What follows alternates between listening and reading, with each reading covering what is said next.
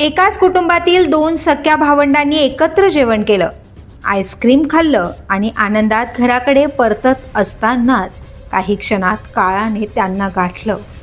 पालघरच्या माहीम रोडवरील हरणवाडी परिसरात राहणारे मंगेश विश्वकर्मा वय 22 आणि त्यांची बहीण पूजा विश्वकर्मा वय 25 या दोघांनी मंगळवारी रात्रीच्या जेवणानंतर बाहेर पडायचं ठरवलं, केवळ एक गार आईस्क्रीम खाण्यासाठी. मात्र परतीच्या वाटेवर त्यांच्या आयुष्याला विराम देणारा एक क्रूर क्षण समोर आला.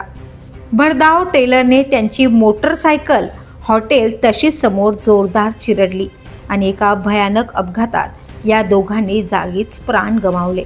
धक्का इतका भीषण होता की घटनास्थळाचं दृश्य पाहणाऱ्यांचीही काळीज दाटून आलं. मृतदेहाचे तुकडे रस्त्यालगत विखुरले गेले.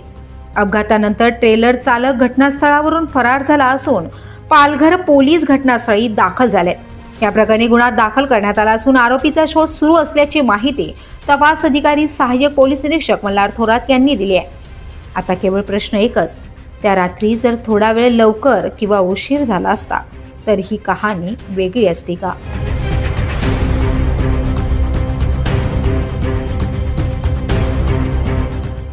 The police news bureau, Palghar.